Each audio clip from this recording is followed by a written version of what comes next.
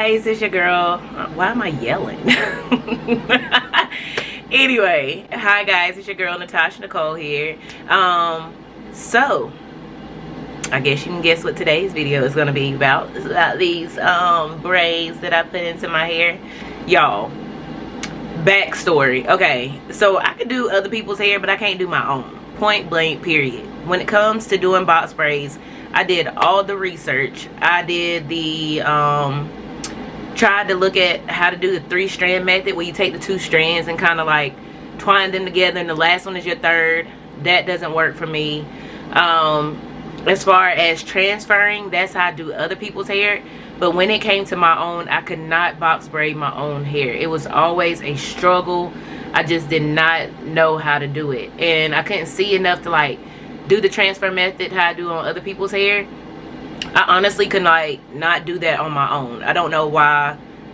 But anyway, so I came up with a new method that I kind of thought about whenever I was doing my passion twist. It just kind of like sparked the idea, and I was thinking, I wonder if that'll work.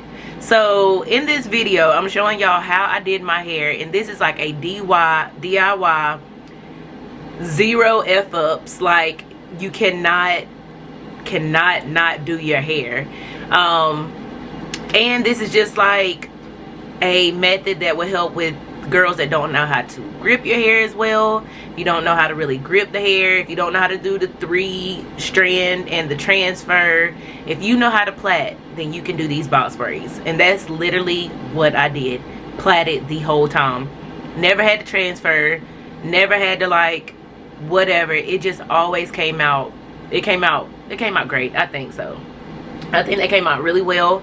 And for this look, like, I really just wanted really big box braids. I wanted that kind of look. I don't know.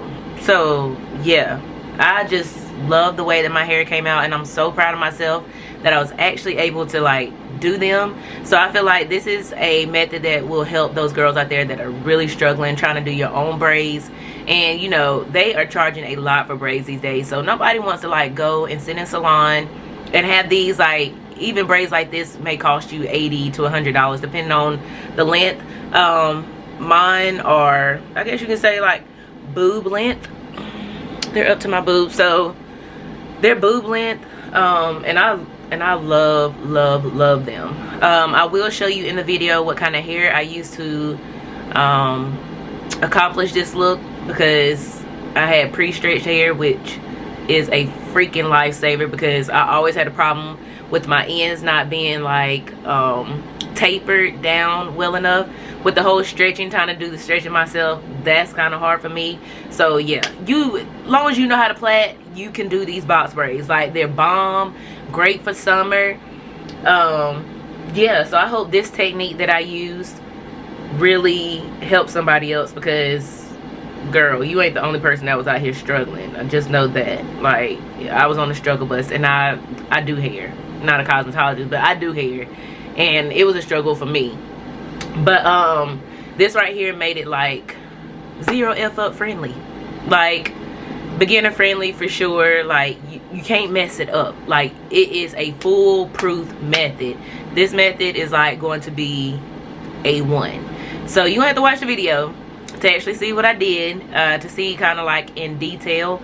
Yeah, so if you want to see how I got these braids, then just keep watching, because I'm gonna show you everything.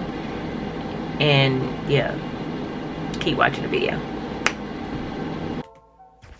So I bought this hair at my local beauty supply store. This hair was bomb, and as you can see, it only cost me $8.49 for each pack, and each pack came with like 5 clusters, I guess you would say. But it was pre-stretched. It was awesome. So this is my hair, just box braided off. I believe my mom had parted it for me. Yeah, that was it. So this is the hair. So of course I've already done some trial and error, try to get y'all ready. So each one came in those 5 clusters. I would then take that cluster and split it evenly into 3 pieces. So it basically, like, each cluster was able to do like 3 braids, meaning you had like 15 braids per pack. I would then take one of those 3 pieces, split it apart, but I always made sure that I had a piece that was slightly heavier, because I was trying to, my whole point is when you're crocheting it in, those 2 ends are going to be as thick as the other strands on each side of the loop. Does that make any sense at all, or no? But anyway, so I'm first taking my crochet needle and just threading in the piece that's a little lighter than the other piece that I sectioned off. And you want to make sure that you get all the hair in there. It's sometimes easier to just twist it, so you make sure that you're kind of like gripping all the hair. It looks like a lot, but it's not that bad. But you want to pull all that through.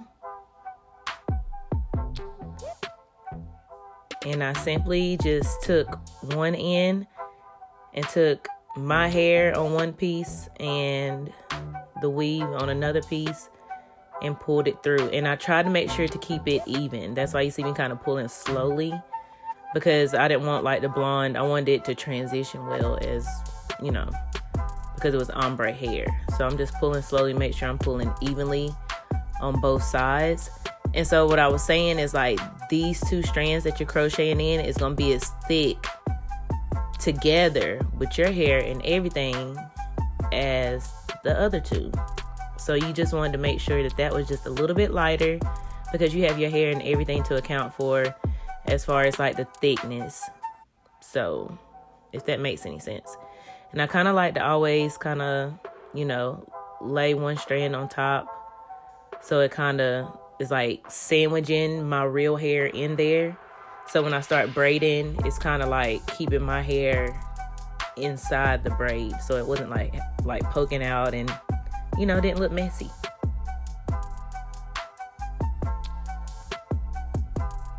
And so this is why I'm taking the other end that was just a little bit heavier.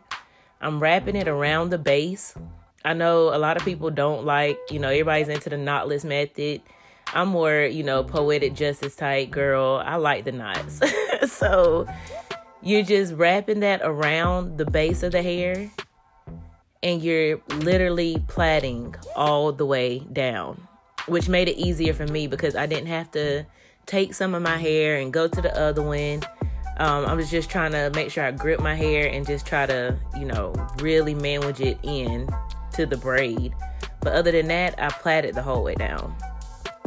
And so you want to make sure that you're gripping it correctly. And even when I went to take these out, they were super easy. Like, those passion twists were a headache.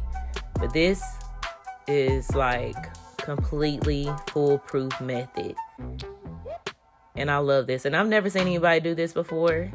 But it's bomb. I will always do my box braids like that.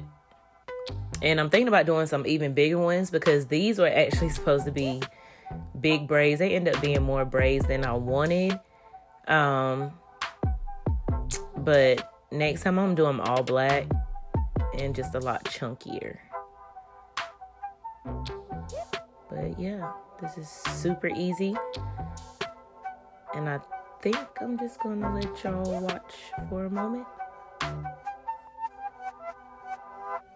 because it's pretty much self-explanatory.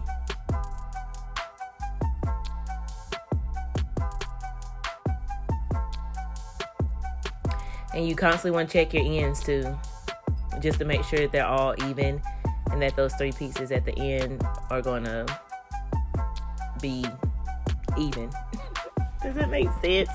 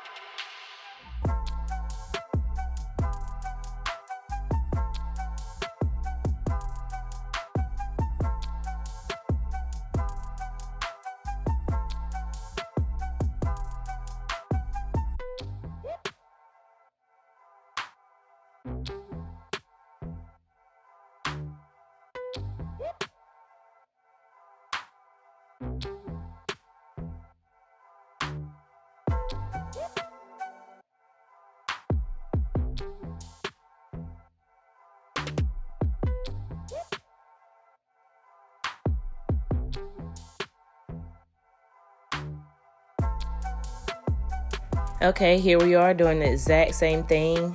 I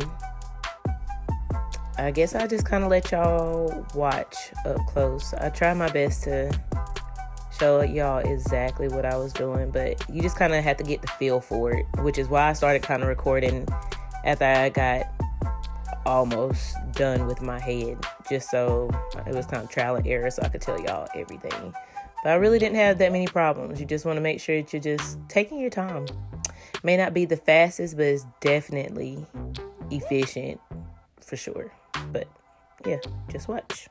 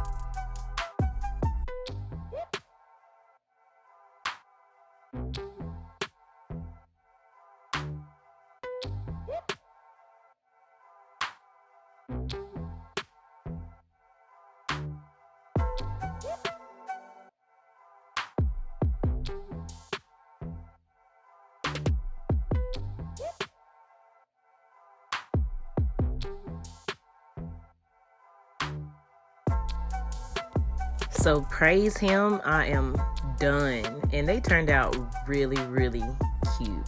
I'm really excited. So, of course, I did end up dipping them in hot water. You see me right now just putting a little mousse.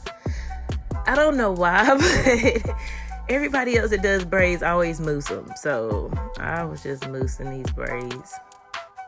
My head was sore just to kind of, I guess the mousse kind of gets some movement into them because they're a little bit stiff when you're first doing them. But these are really, really cute.